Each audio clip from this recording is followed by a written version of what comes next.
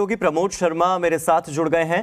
प्रमोद, शहजाद पूनावाला ने जो बयान दिया है उसके बाद वो सवाल उठा रहे हैं कि जब सुकेश चंद्र शेखर का नाम सामने आ रहा है, जब सत्येंद्र जैन को लेकर इतने सारे आरोप लग रहे हैं, जब आम आदमी पार्टी इतने आरोपों से घिरी है और आम आदमी पार्टी के खिलाफ बीजेपी ईडी और सीबीआई का इस्तेमाल कर रही है तथाकथित तौर पर, जैसा आम आदमी पार्टी का कहना है, तो फिर केजरीवाल पब्लिक डोमेन में आकर इसका जवाब क्यों नहीं देते? वो बार बार ये क्यों कहते हैं कि गुजरात में हमारा प्रचार हो रहा है, हमारी लोकप्रियता बढ़ रही है, इसलिए बीजेपी बौखला गई है? कोर्ट जाकर सबूत पेश करें, उसके आधार पर आगे कार्रवाई करें।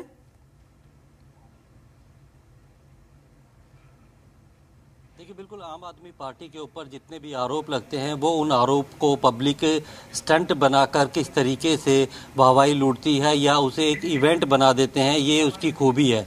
जिस तरीके के आरोप लगे हैं उसका सीधे तौर पे जवाब ना देकर ये सारी बातें जो है बीजेपी के ऊपर ठीकरा फोड़ देते हैं कि बीजेपी जानबूझ के जो केंद्रीय एजेंसियां हैं, चाहे सीबीआई हो, ईडी हो, उसका दुरुपयोग करके मनीष सिसोदिया, अरविंद केजरीवाल या फिर उनकी पार्टी को नुकसान पहुंचाना चाहते हैं, उनको तोड़ना चाहते हैं, इनको झूठे मुकदमे में फंसाना चाहते हैं।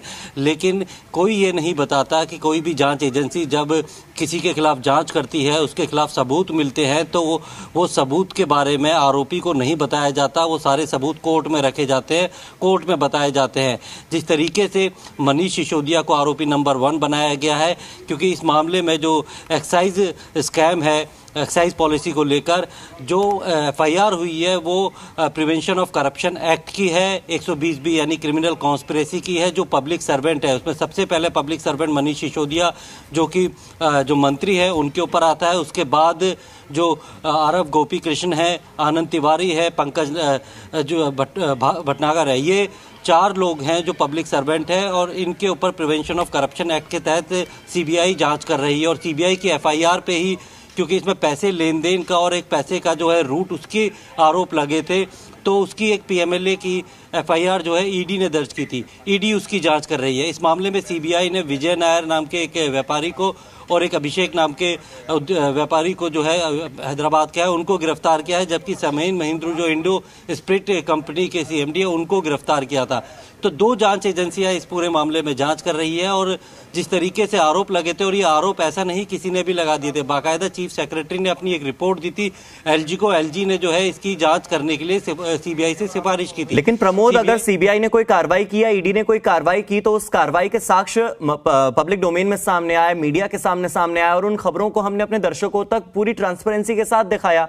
अभी अगर बात सामने आई है कि मनीष सिसोदिया के पीए को बगैर किसी सबूत के ईडी ने गिरफ्तार कर लिया है, तो ईडी की तरफ से कोई कंफर्मेशन भी तो आना चाहिए। और अगर किसी पीए को गिरफ्तार किया गया है तो उस पीए के बारे में कोई जानकारी, उसका नाम, उसका पता, कुछ तो सामने आना चाहिए। जब कुछ पता ही नहीं है और अगर इस तरह का दावा किया जा रहा है तो इस दावे में कितना दम है, यह भी तो एक बड़ा सवाल बनता है कि नहीं? देखिए, देवेंद्र शर्मा नाम का जो पीए है, इनका एक पर्सनल असिस्टेंट है, उसको पूछताछ के लिए जो ईडी हेडक्वार्टर में लाया गया है, उससे पहले भी उन्हें समन दे के बुलाया गया था, पूछताछ की गई थी। गिरफ्तारी की अभी बात जो मनीष सिसोदिया कर रहे हैं वो बिल्कुल बेबुनियाद है, उस तरीके के दावे कर रहे हैं जैसा कि वो पहले भी करते आए थे। अभी तक ईडी की तरफ से कोई गिरफ्तारी नहीं दिखाई गई है। बाकायदा उनसे कई बार में पूछताछ हुई है, क्योंकि काफ़ी ज़्यादा अहम जानकारी जो है मनीष सिसोदिया से जुड़ी हुई वो देवेंद्र शर्मा है, ये अपने पास रखते थे। और ये मतलब एक प्राइवेट पर्सन है जिनको मंत्री बनने के बाद अपने पीए के तौर पे मनीष सिसोदिया ने रखा था। तो इसीलिए देवेंद्र शर्मा से पूछताछ ईडी कर रही है। सुबह से उन्हें यहाँ पर लाके रखी है, उनके घर पे सर्च भी की गई थी और उनसे वो जानकारी जुटाना चाहते हैं जिससे कि जो एक्साइज पॉलिसी का घोटाला है उसमें जो पीएमएलए की जांच ईडी कर रही है उसके बारे में जानकारी मिल पाए। लेकिन अभी तक जो ईडी की तरफ से कोई गिरफ्तारी नहीं की है। ट्वीट करके भले ही मनीष सिसोदिया ने इस गिरफ्तारी करने की बात कही हो, जैसे कि उनसे भी जब पूछताछ की गई थी, उन्हें पूछताछ के लिए बुलाया गया था, तब भी उनके ट्वीट होते थे कि उन्हें गिरफ्तार कर लिया जाएगा, उन्हें अगले 2 दिन में सीबीआई गिरफ्तार कर लेगी। उनको कुछ नहीं मिला। सीबीआई या फिर ईडी हो, वो पूछताछ तभी करती है ताकि सबूत जुटाए जा सके। सबूत मिले नहीं मिले, ये इस बारे में जानकारी अदालत को दी जाती है, किसी भी आरोपी को नहीं दी जाती है। क्योंकि जो गिरफ्तारी हुई थी विजय नायर की, सीबीआई ने सबसे पहले की थी और समीर महिंद्रू की ईडी ने की थी। 3 महीने 90 दिन के अंदर अंदर चार्जशीट उन्हें फाइल करनी होती है। तो ये वक्त होता है, इसमें अपने केस को मजबूत करने के लिए तमाम ऐसे लोगों को पूछताछ के लिए बुलाया जाता है, उनसे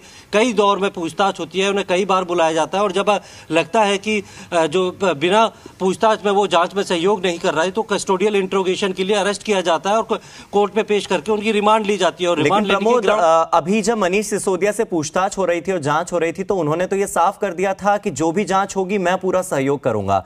तो ऐसे में किसी व्यक्ति को सिर्फ पूछताछ के लिए बुलाना और उसकी गिरफ्तारी करना दो अलग बातें होती है। ऐसे में इस क्लैरिटी के लिए और इस पूरी खबर को डिटेल में समझाने के लिए बहुत बहुत शुक्रिया आपका और हमारे साथ जुड़ने के लिए भी।